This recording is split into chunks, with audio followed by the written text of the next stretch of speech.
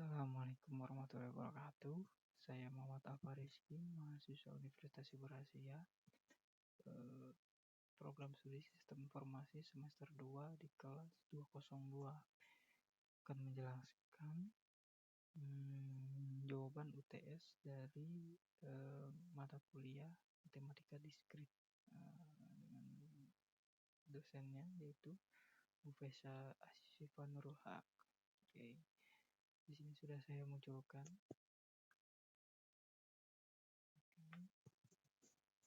Sudah saya munculkan untuk jawaban saya. Langsung saja saya akan menjelaskan jawaban saya untuk UTS mata kuliah Matematika Diskrit. Nah, di sini saya sudah masukkan NIM saya. Nah, mendapatkan nilai 64. Nah, 6 itu untuk X, Y. 4 itu untuk Y. Nah, karena saya Y-nya genap, maka saya mendapatkan tabelnya seperti ini ya. Tabel ininya untuk soalnya itu di 3 yang PQR ini yang depan. Nah, di sini saya akan menjelaskan untuk jawabannya. Karena yang kolom bendera P itu kan, bendera itu artinya negasi dari P. Nah, jika P benar, maka negasi P salah dan sebaliknya. Nah, lalu yang di kolom P disjungsi, yaitu disjungsi antara P dan negasi Q. Jika salah satu atau keduanya benar, hasilnya benar. Nah, untuk di kolom yang ketiga yaitu P, implikasi dari konjungsi P dan Q menuju negasi R. Nah, jika P dan Q keduanya benar, maka negasi R harus benar agar implikasi benar. Jika tidak, hasilnya benar. Nah, kolom selanjutnya yaitu ada implikasi dari P menuju disjungsi Q atau negasi R. Jika P benar, maka Q atau negasi R harus benar agar implikasi benar. Jika tidak, hasilnya benar. Lalu di kolom selanjutnya yaitu ada implikasi dari Q menuju konjungsi P dan R. Jika Q benar, maka P dan R keduanya harus benar agar implikasi benar. Jika tidak, hasilnya benar. Nah, lalu di kolom yang terakhir, implikasi dari P menuju R. Jika P benar, maka R harus benar agar implikasi benar. Jika tidak, hasilnya benar. Nah, lalu ini jawaban saya yang sudah saya cantumkan di sini. Oke. Lalu selanjutnya saya akan ke soal nomor 2. Diketahui P dalam kurung N-1, 2 sama dengan 2x, maka nilai N yang memenuhi adalah,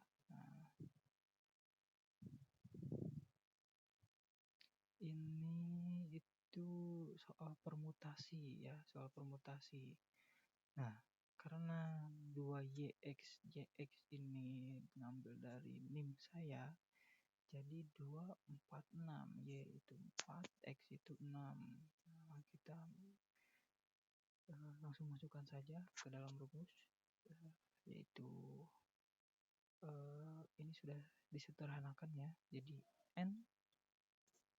N-1 dan N-3 sama dengan 246. Nah, kita sederhanakan persamaannya lagi. Oke. Seperti ini ya. Karena N-3 muncul di pembilang dan penyebut, kita bisa membatalkannya. Kita bisa hapus ya. Nah, lalu di sini ada N-1 dikali N-2 sama dengan 246. Dari persamaan di atas kita dapatkan N pangkat 2 dikurang 3N plus 2 sama dengan 246 kurangkan, lalu kita kurangkan 246 dari kedua sisi. Kita pindahkan nilainya ya. Nah, kita dari sisi kanan kita masukkan ke sisi kiri. Nah, maka kita akan mendapatkan hasil seperti ini. N pangkat 2 dikurang 3N plus 2 dikurang 246. Karena ini tadinya plus, jadi kita kalau pindah sisi itu akan berubah jadi min. Nah, lalu kita selesaikan persamaan kuadratnya menggunakan rumus kuadratnya. Seperti ini hasil yang saya dapat, di mana A sama dengan 1, B min 3, dan C min 244. Oke, lalu kita lanjut, kita hitung nilai akar kuadrat dari 985, yaitu 31,4. Maka kita dapat dua solusi. Nah, sekian yang nilai yang saya dapat. Karena N haruslah bilangan bulat positif, kita bulatkan 17,2 menjadi 17, maka nilai N yang memenuhi adalah N17.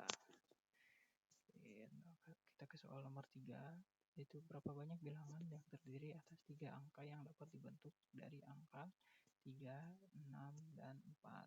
Yang 6 dan 4 ini itu saya merubah dari huruf Y dan X sebelumnya ya.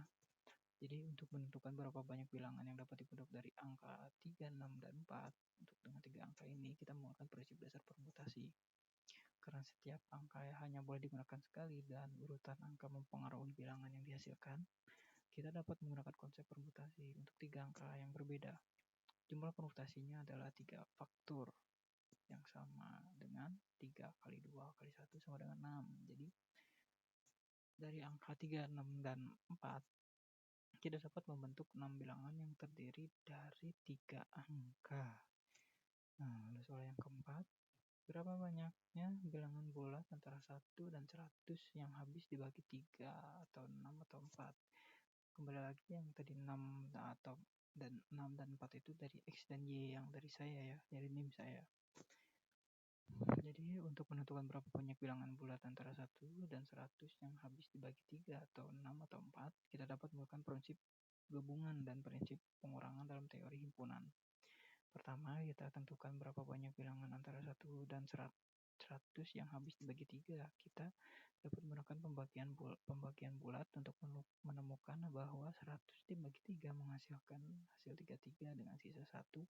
Jadi ada 33 bilangan yang habis dibagi 3 antara 1 dan 100.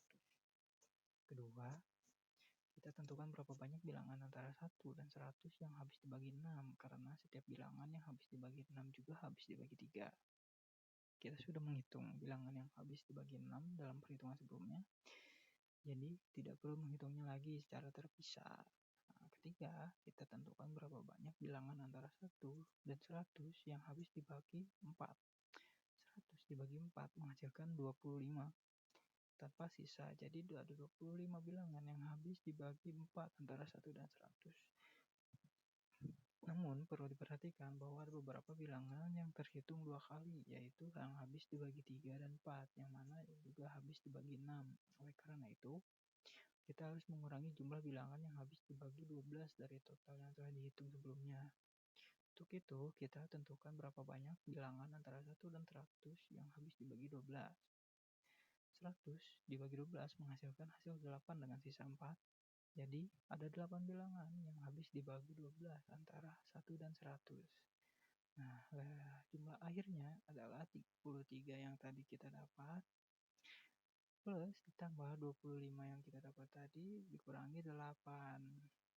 Sama dengan 50. Jadi, ada 50 bilangan bulat di antara 1 dan 100 yang habis dibagi 3 atau 6 atau 4. Oke, untuk soal yang kelima, berapa banyak string biner yang dapat dibentuk jika panjang string 646. 646 ini dari NIM saya ya. Untuk menentukan berapa banyak string biner yang dapat dibentuk dengan panjang string 64 byte, pertama-tama kita harus mengetahui berapa banyak bit yang terdapat dalam 64 byte. Karena 1 byte terdiri dari 8 bit, maka 64 byte akan memiliki 64 dikali 8 sama dengan 5000. 168 bit. Setiap bit dalam string biner dapat memiliki dua nilai yang berbeda, yaitu 0 dan 1. Jadi ada 2 pangkat 5168 kemungkinan string biner dengan panjang 64 byte. Jadi ada 2 pangkat 5168 string biner yang dapat dibentuk dengan panjang string 64 byte. Nah, oke. Untuk soal yang ke-6, kita di sini mencari komposisi relasi ya dari matriks R1 dan R2. Nah, ini soalnya. Oke. Bagian A. Komposisi R1 dan R2 ditemukan dengan menghitung hasil kali dari R1 dan R2 ya, yang dinotasikan sebagai R1 dikali R2. Untuk melakukan perkalian matriks, saya menggunakan rumus ini ya, seperti ini. Jadi kita masukkan dulu satu nilainya seperti ini, langkah demi langkah. Kita hitung semuanya hingga mendapatkan hasil ini. Nah, setelah hasil yang kita dapat, semua perhitungan dari yang tadi kita dapat, kita tinggal masukkan saja nilai-nilainya ke dalam ini R1 ini ya hasilnya ya, tinggal masukkan saja. Oke, untuk elemen 1,1 itu kan jadi artinya itu kolom 1 baris 1. Nah, kita masukkan ke sini 17. Nah, hasilnya 17 tinggal masukkan 17. Nah, hasil yang saya dapat itu sekian.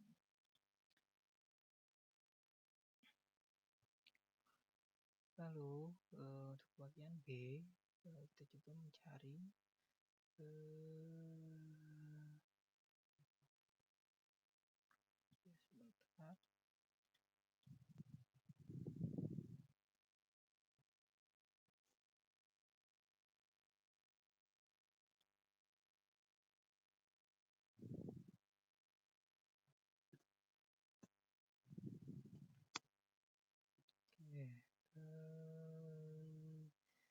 Kita mencari ini ya, untuk bagian B itu kita